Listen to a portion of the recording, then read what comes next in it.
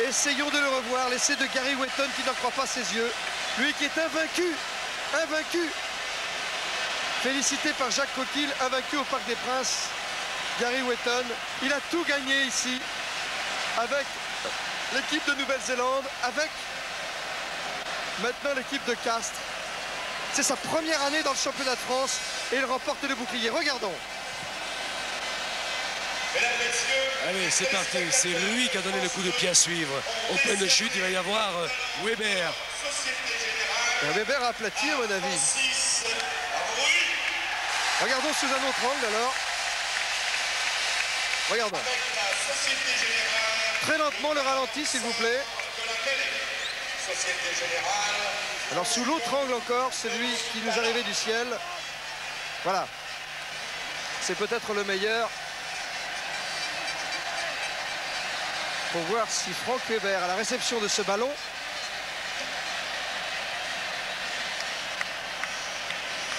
c'est difficile à voir, c'est difficile à juger.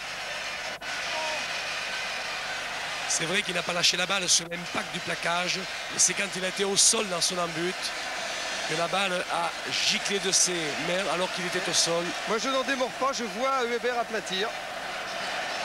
L'arbitre a estimé autrement et l'arbitre est le seul juge. Il fait partie du jeu. Quoi qu'il arrive, il faut respecter sa décision. Pierre. Mais ça pèse sans doute lourd, effectivement, dans cette finale. Oui. Oui, je suis avec Francis Ruy. Oh, Francis, 18 ans au club et enfin une consécration, un titre de champion de France. Un bonheur immense. Ça valait le coup d'attendre. Je crois que j'ai attendu, j'ai patienté. C'est venu, je veux dire, le club a fait des efforts. Et c'est une bonne chose. Je crois qu'aujourd'hui, la récompense, elle est là. C'est les joueurs, c'est les supporters, c'est les dirigeants. C'est une super ambiance, c'est super. Je vous ai vu pleurer de joie, d'émotion. Ben ouais, je crois que c'est la première fois que je joue au Parc des Princes. J'ai jamais eu l'occasion d'y jouer, on m'a jamais fait confiance.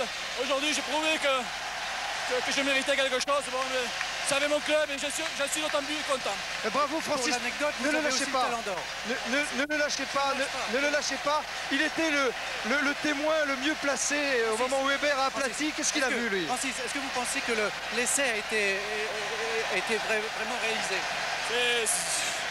Il y a un essai, l'arbitre a accordé, qu'est-ce que vous voulez, c'est le jeu, c'est comme ça. C'est pas... À votre âme et conscience, vous l'avez vu, vous?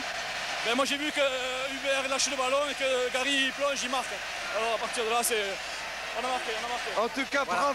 bravo à Francis Ruy, car s'il y a bien un joueur dans le championnat de France de rugby qui mérite ce bouclier ce soir, c'est bien lui. Il a connu les temps de vache maigre.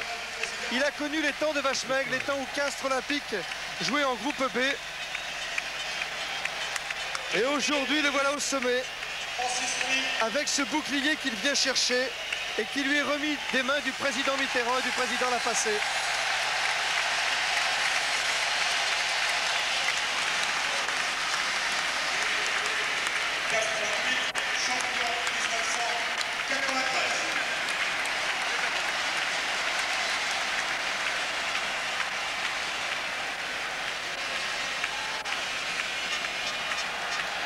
Tour à tour maintenant, les joueurs de Castres vont se passer le bouclier de Brennus. C'est Alain Carminati maintenant, à son tour, qui le tend.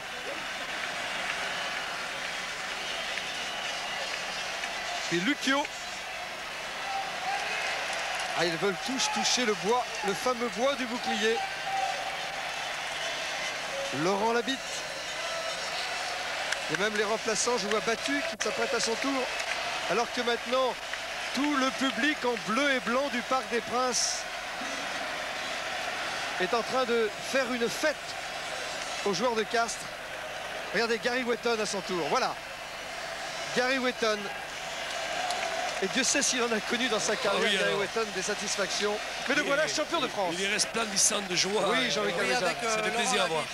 Aujourd'hui, vous n'avez pas vraiment eu de réussite au pied, mais finalement, au bout du compte, vous avez le bouclier. Eh bien oui, ce qui prouve que Castres est une grosse équipe. Elle n'a pas besoin que d'un joueur, que de Laurent Labitte, ni d'Alain Carminati ou de Gary Wetton. On a besoin de 15 garçons. Et je crois qu'aujourd'hui, ça a été un grand jour pour Castres. Et je crois qu'on l'a amplement mérité sur la saison. On a encore une finale du manoir à faire. Merci.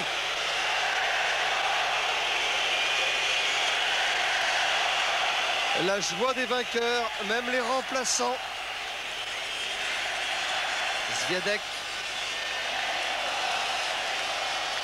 Coquille, l'ancien entraîneur de Mazamet, est venu rejoindre Alain Gaillard. Et voici Gaillard. Alain Gaillard, l'entraîneur de Castres. Vidal, le pilier remplaçant. Ah, tout le monde veut le toucher. Miniti.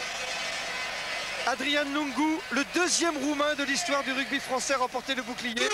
Le premier, c'était Voussek, quand il jouait à la Voulte. Voici le gagnant de notre jeu, Laurent Levasseur, c'est lui qui est le gagnant de notre concours, le Talon d'Or, sur le 36-15 code Stade 2. Vous savez que sur le 36-15 code Stade 2, vous avez une rubrique, la rubrique 22, qui est haute consolation. La tristesse des battus. Vous en savez quelque chose, Pierre Albaladejo, de cette tristesse des vaincus?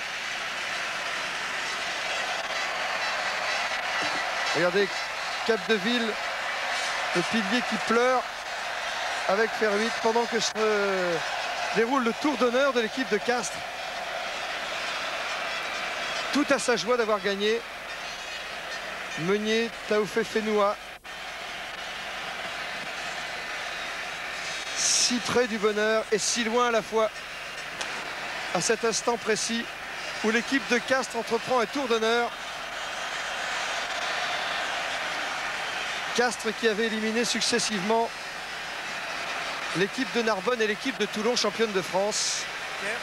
Oui, Jean-Luc Alméjane. Avec Franck Weber, là, qui effectivement est abattu, comme on peut l'imaginer, et qui me disait à l'instant qu'il avait aplati, Franck. Oui, sur la réception, d'abord, je fais un marque et en plus, je reviens dans ma ligne et en tombant, je tombe sur le ballon et je le laisse partir. Je ne m'occupais plus du ballon. Non, je suis persuadé d'avoir aplati. Je ne sais pas pourquoi.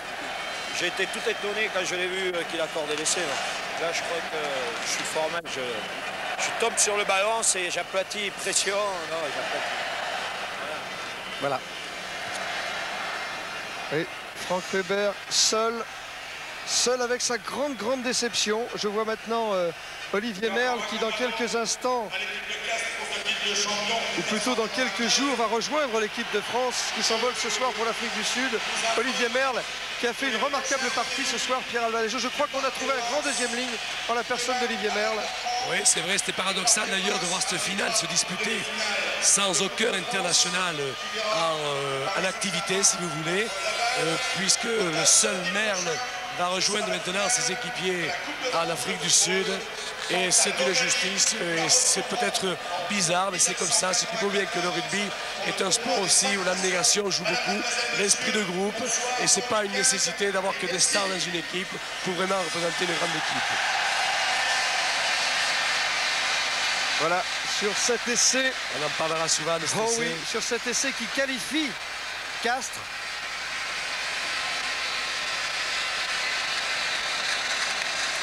Sur cet essai qui qualifie Castres, nous allons maintenant rendre l'antenne. Nous reviendrons sur cette finale demain dans le cadre de Stade 2. Alors que là, je vois Alain Carminati revenu au 15 après un passage éclair à 13, qui ne doit pas regretter ce soir d'être revenu dans sa famille d'origine. Justement, Pierrot, il est en train de dire que vous ne devez pas regretter d'être revenu du 13 au 15, d'être revenu au 15. Et vous allez pique-niquer ici ce soir sur la pelouse? Non, mais j'ai tellement rêvé quand j'étais petit garçon qu'un jour je joue au Parc des Princes et que je toucherai le bouclier de Brennus, que ce soir c'est arrivé.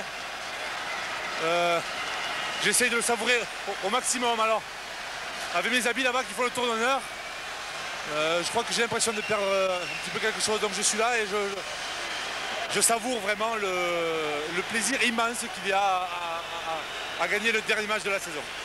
Merci. Attendez, Alain Carminati, pas le dernier match.